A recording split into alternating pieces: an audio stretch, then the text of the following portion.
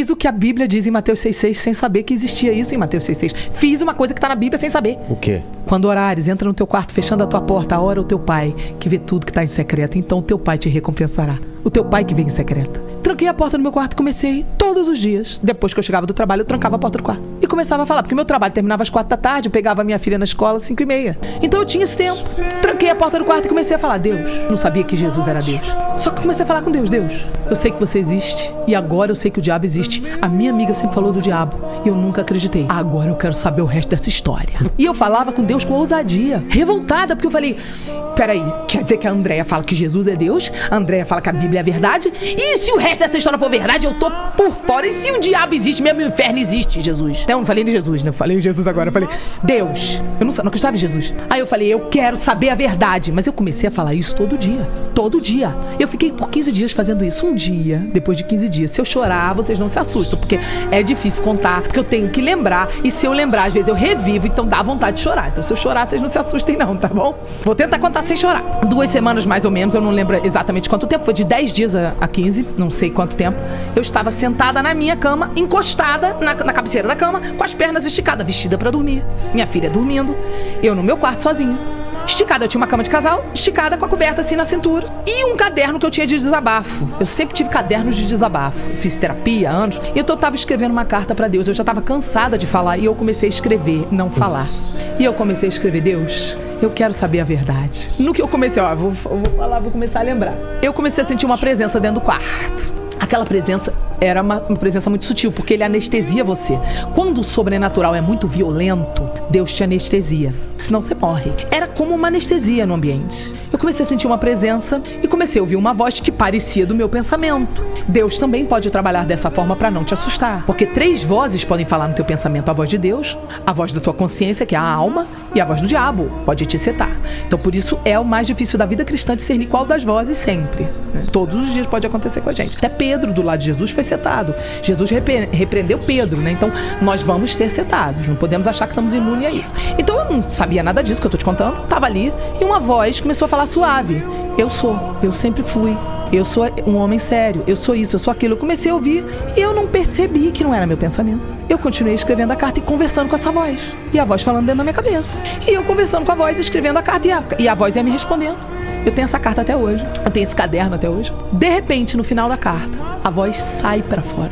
Eu não consigo explicar isso pra vocês, por mais que eu tente explicar, porque não dá, não é uma experiência que dá pra transmitir, é uma experiência que você tem que viver. A voz sai e a voz fica em todo o quarto e em todas as minhas células ao mesmo tempo. Não me pergunta como é isso, eu não consigo te explicar isso.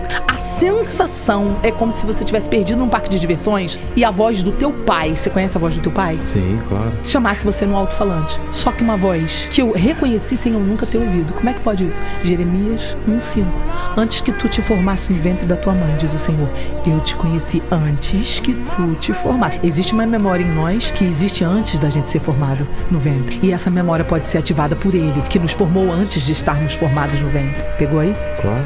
É uma memória que só Deus pode ativar. Porque Ele que dá o sopro de vida, você nasceu porque Ele deu o sopro de vida. Por isso que tem bebê que nasce morto se não recebeu o sopro de vida. Aí é que o negócio ficou forte, porque Ele me chamou. Ele saiu pra fora, aquela voz, e falou, Sara. Quando Ele falou Sara, todas as células ouviram. Eu reagi em todo o meu ser. Eu ouvi a voz dentro do quarto e dentro da minha cabeça, e tudo era mais forte do que qualquer coisa que eu já ouvi na minha vida.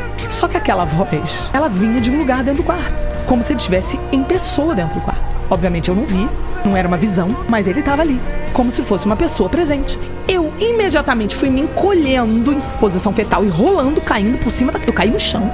O choro era um choro que não dá pra... Eu não consigo reproduzir o choro. Se eu tentar fazer uma cena de atriz, eu não consigo. Porque era um choro que todo o meu corpo se contorcia, minhas entranhas se contorciam por dentro, meu músculo foi contraindo, de modo que o meu diafragma, eu fui parar no chão e eu senti aquela presença dele como se fosse física, se aproximando, se aproximando, se aproximando e falando comigo. Ele ia falando, ele foi falando assim, que ele foi me respondendo todas as perguntas, que ele era Deus, que ele havia vindo à Terra como homem, que ele havia morrido na cruz, que ele havia ressuscitado dos mortos, que a Bíblia era verdade, todas as perguntas que eu fazia durante aqueles dias. Ele foi me falando e ia se aproximando, se aproximando, se aproximando, e eu fui sentindo aquela presença se aproximar, como se fosse a gente se aproximar da fogueira. Sim. Você vai se aproximando da fogueira, chega um limite que você ainda não tá tocando no fogo, mas você não consegue dar mais nenhum passo, porque ele começa a arder de queimar. Era uma sensação parecida, mas não era fogo, era amor consumidor. Eu não consigo explicar isso pra você tem que viver isso.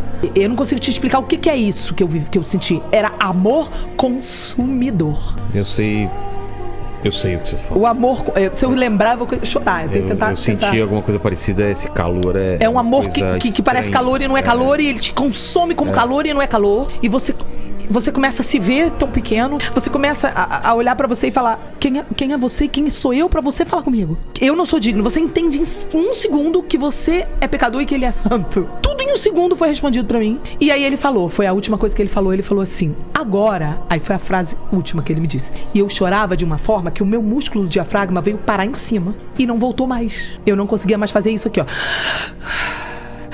Quando você chora, tenta reproduzir isso aqui, ó. Vê se o seu diafragma sobe. Faz uma brincadeira como se fosse criança chorando. Ó, não sobe o diafragma? Então, quando ele sobe, você volta pra depois tomar ar. O meu diafragma subiu, colou, não descia mais. Tal era a intensidade do choro. E não descia mais. Aí ele falou assim: agora eu vou parar de falar com você, mas eu vou ficar aqui. Mas eu vou precisar parar de falar, e disse essa palavra aqui, ó. Porque o teu coraçãozinho, ele falou no diminutivo, o teu coraçãozinho não está aguentando. Mas eu vou deixar o meu Espírito Santo aqui. Eu não sabia o que era Espírito Santo, eu nunca tinha nem ouvido falar, não sabia o que era isso. E eu não conseguia mais respirar, travou. Comecei a sentir meus dedos formigar, comecei a desoxigenar. E eu comecei a falar sem voz, assim: não para de falar. Porque o que eu tava experimentando era melhor do que tudo de mais maravilhoso que eu já tinha experimentado na Terra. Nada dessa Terra se comparava ao prazer que eu tava sentindo naqueles segundos. Então eu não queria que ele parasse, porque eu nunca tinha experimentado algo tão maravilhoso. Aí você entende que o amor dele é melhor do que a vida. Aí você entende os textos que falam que é mais forte do que a morte. É mais forte o amor dele que a morte, é melhor do que a vida, é melhor do que tudo. Quando você experimenta uma experiência dessa com Jesus, você se torna um crente indesviável. Não há nada desse mundo que consiga te seduzir, porque basta você pedir: Espírito Santo, me lembra daquele momento. Eu só tive segundos de um vislumbrar de um pedacinho da eternidade. Imagina o que é a eternidade.